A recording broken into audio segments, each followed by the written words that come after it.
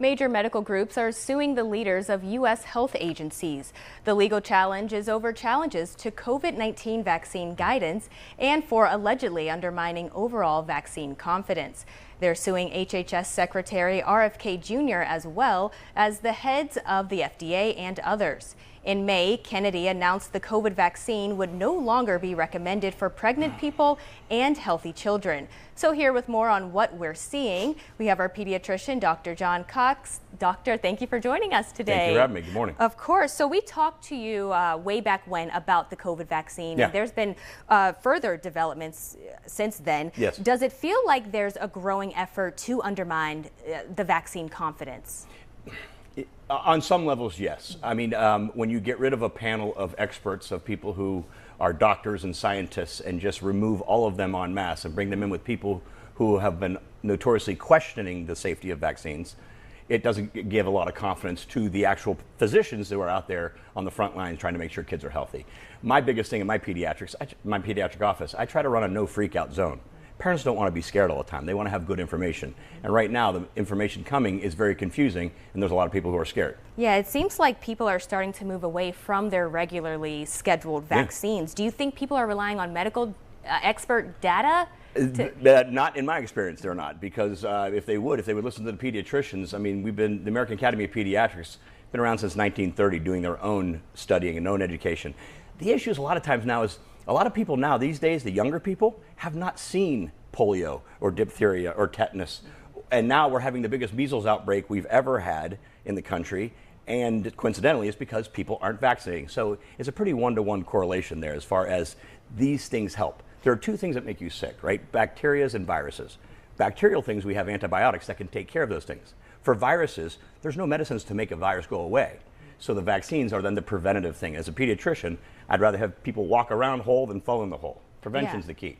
And so the government is also recommending, I guess, I'm going to pronounce this maybe wrong, but you'll let me know, thimerosal. Yes. They're recommending it be removed from the flu vaccine, or people just get a flu vaccine without that ingredient in it. What is thimerosal? Yeah.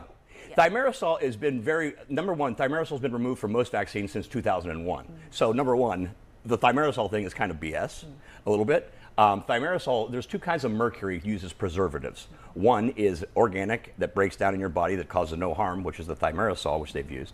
There's already thimerosal-free flu vaccines. There's already been these things for years. So a lot of things that are coming out are things that we dealt with 20 years ago, 15 years ago, and now are now being re-brought back into the community. I'm like, that was already answered a long time ago. But now they're bringing up these things to undermine confidence, and that, I think, is confusing the normal person.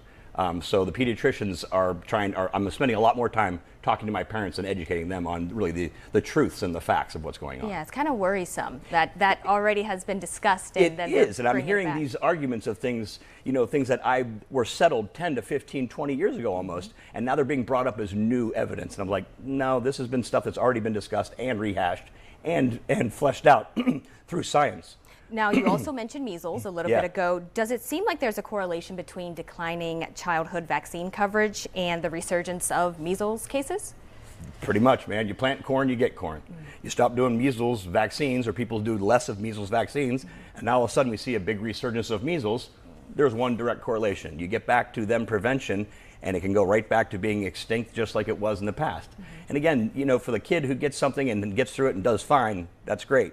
But that 1 in 1,000 kid who gets an encephalitis, who ends up in an institution for the rest of their lives based off something that you can easily protect them from, that's frustrating as a pediatrician for people to not get the right information. Yeah, a lot of things to consider, and people... It is. It's also worrisome too, because if they don't recommend these things, insurance companies then can say, well, then let's not pay for them.